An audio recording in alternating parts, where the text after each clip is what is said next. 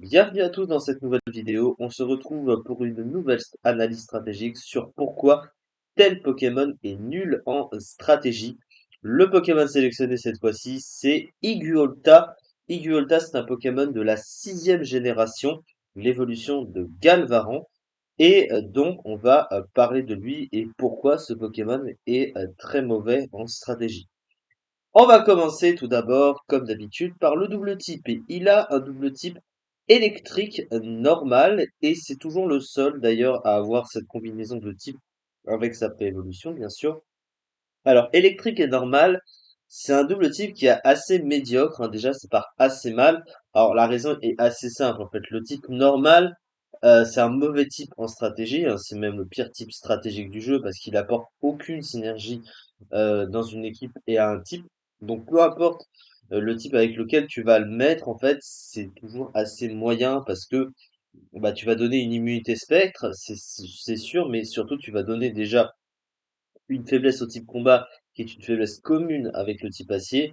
Et offensivement, le type normal est nul aussi, hein, encore une fois. Il est super efficace sur aucun type, donc il apporte rien offensivement à part un stab neutre à l'autre type qui l'accompagne. Alors, à part peut-être les rares cas comme le type normal sol ou normal combat qui vite fait peuvent s'en sortir parce qu'ils sont super efficaces sur les types roches et les types acier, qui sont les types résistés, hein, comme vous le savez, donc qui résistent plutôt au type normal offensivement.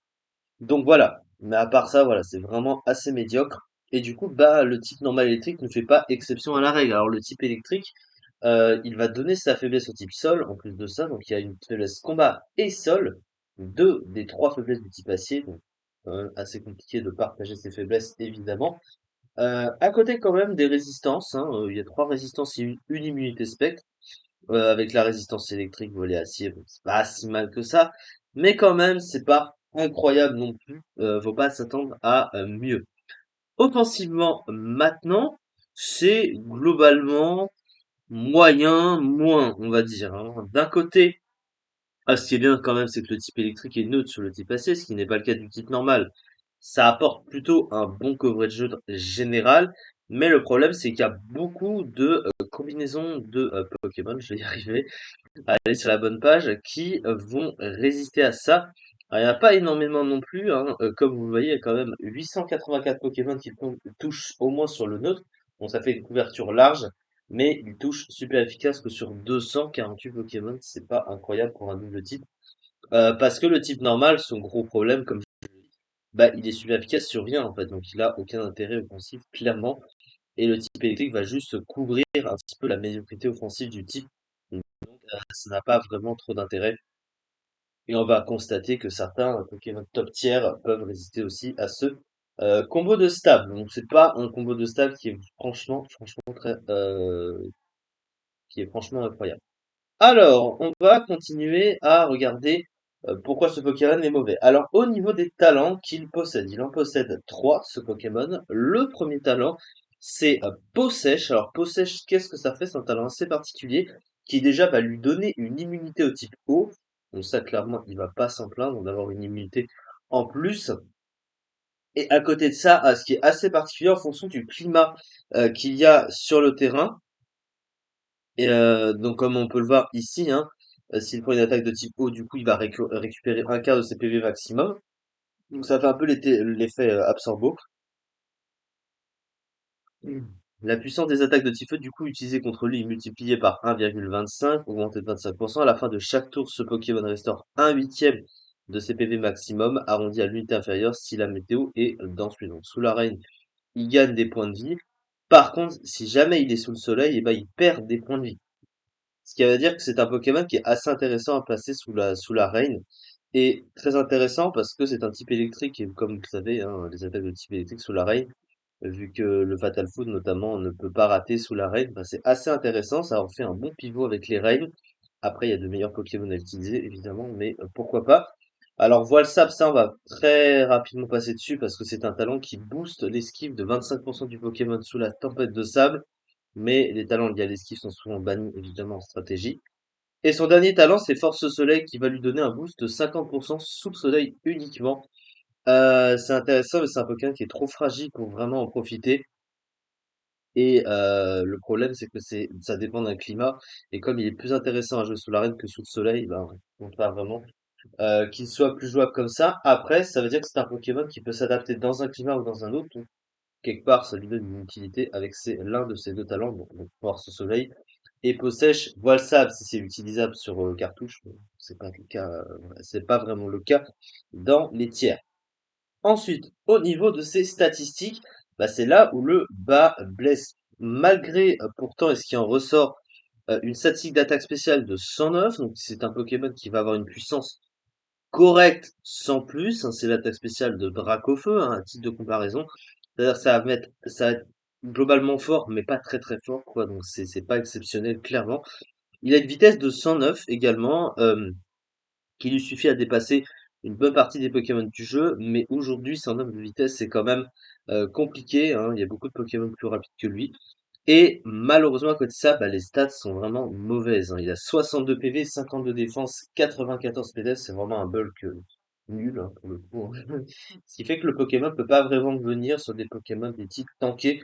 Donc c'est comme si que ses résistances et immunités finalement lui servaient pratiquement pas, parce qu'il va quand même prendre hyper cher, surtout sur le physique, il ne tank pratiquement pas, même avec des attaques résistées pour le coup, hein.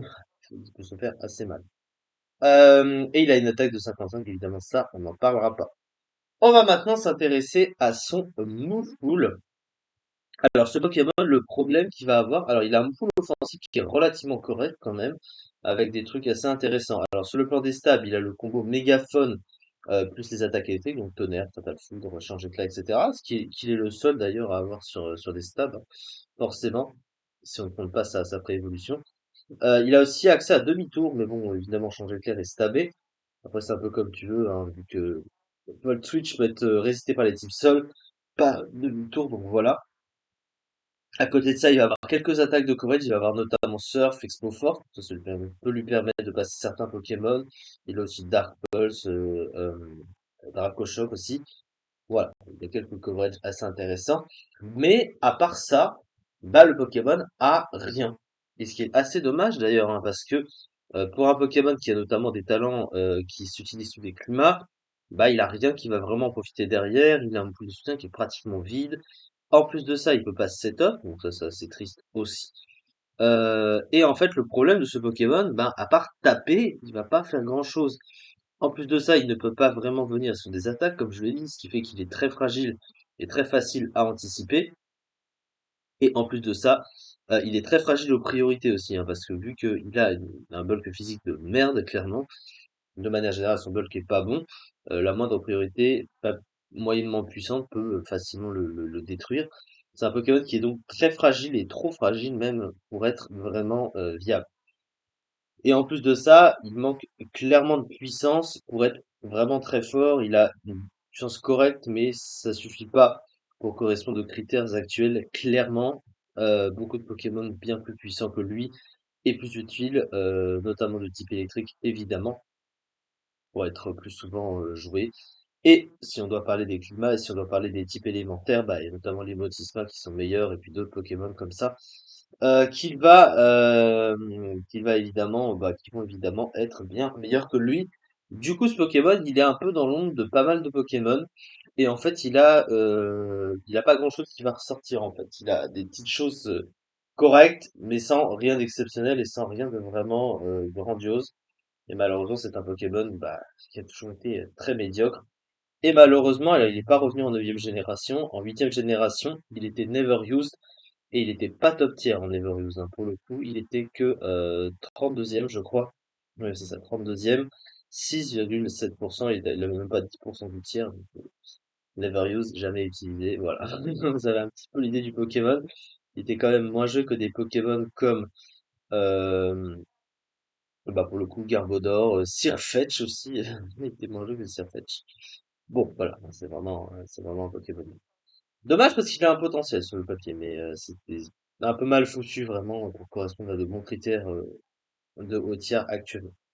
Voilà en tout cas pour cette vidéo. On se retrouve du coup la prochaine fois pour faire une autre analyse sur pourquoi tel Pokémon est nul en stratégie. Merci beaucoup de m'avoir suivi pour cet épisode-ci et on se retrouve à prochainement pour la suite. Merci beaucoup.